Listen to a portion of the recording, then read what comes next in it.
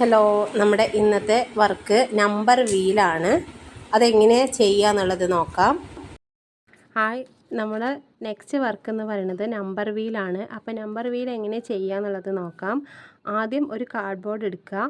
കാർഡ്ബോർഡിൽ 2 വൃത്തങ്ങൾ നമ്മൾ കട്ട് ചെയ്തെടുക്കണം. അതിന് അളവുകളുണ്ട്.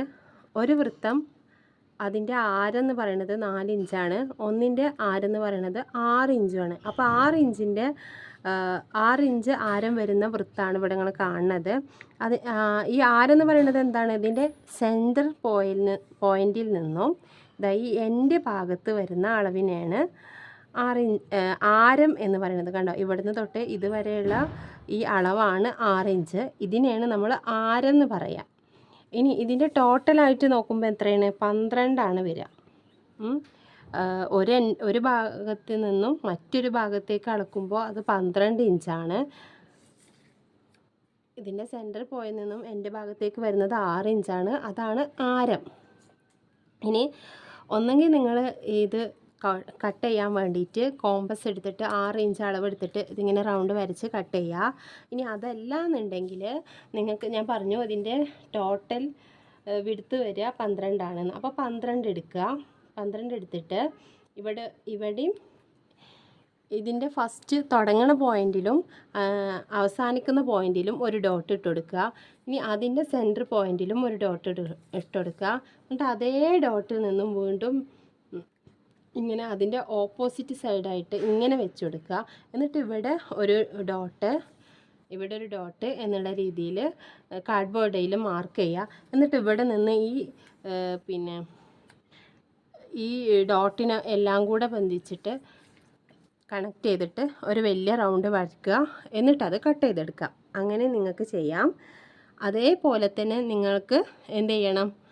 ഒരു റൗണ്ടും കൂടെ കട്ട് ചെയ്തെടുക്കണം. 4 ഇഞ്ച് ആരം വരുന്നത്. അപ്പോൾ അതെങ്ങനെയാവും? അതിൻ്റെ ടോട്ടൽ അളവ് എന്ന് പറയുന്നത് 8 ആവും.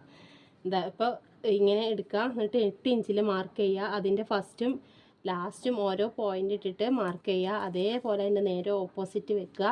എന്നിട്ട് ഇവിടെ ഒരു പോയിൻറ്റും ഇവിടെ ഒരു പോയിൻറ്റും വെക്കുക. എന്നിട്ട് ഈ ഇട്ട ഡോട്ടിനെല്ലാം കണക്ട് ചെയ്തുകൊണ്ടൊരു റൗണ്ട് വരക്കുക. എന്നിട്ട് ആ റൗണ്ടിനെ കട്ട് ചെയ്ത് മാറ്റുക. ഇങ്ങനെ ചെയ്യാം. അതല്ലാന്നുണ്ടെങ്കിൽ കോമ്പസിൽ നിങ്ങൾക്ക് 4 ഇഞ്ച് അളവെടുത്തിട്ട് റൗണ്ട് വരച്ചിട്ട് അങ്ങനെ കട്ട് ചെയ്യുകയും ചെയ്യാം. അത് നിങ്ങളുടെ സൗകര്യത്തിനനുസരിച്ച് നിങ്ങൾക്ക് ചെയ്യാവുന്നതാണ്.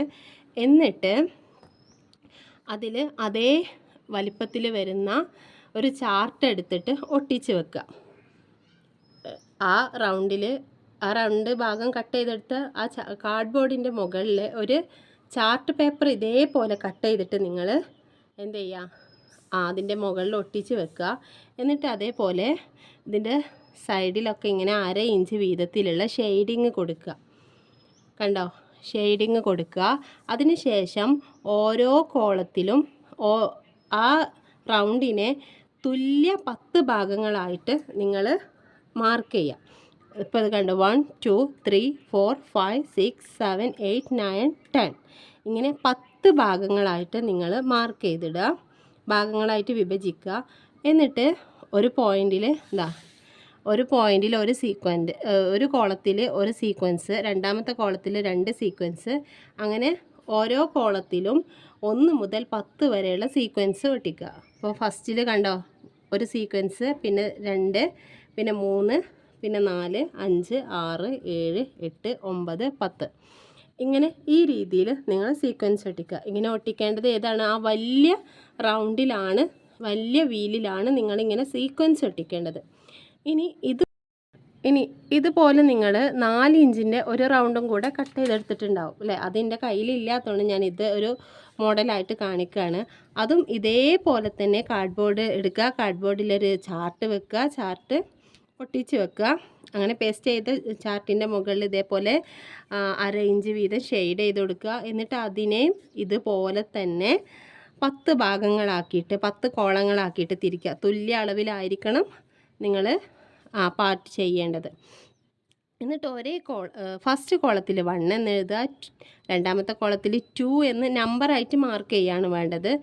3, 4, 5, 6, 7, 8 അങ്ങനെ ഓരോ കോളത്തിലും ഓരോ നമ്പർ വീതം നിങ്ങൾ എഴുതുക. അപ്പോൾ 1 to 10 വരെയുള്ള നമ്പേഴ്സ് നിങ്ങൾ എഴുതേണ്ടി വരും.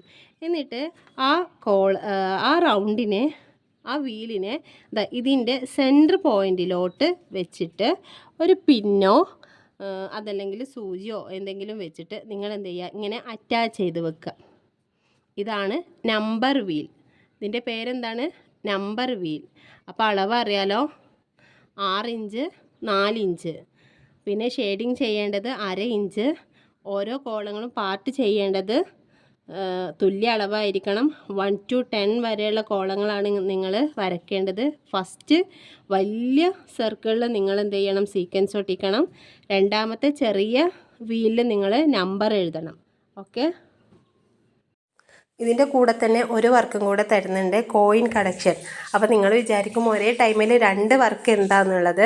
അതെന്താണെന്ന് വെച്ചാൽ ഇത് കളക്ഷനാണ്, നിങ്ങൾക്കത് കളക്ട് ചെയ്ത് കിട്ടിയായിട്ട് വേണം. അതുകൊണ്ടാണ് നേരത്തെ തന്നെ തരുന്നത്.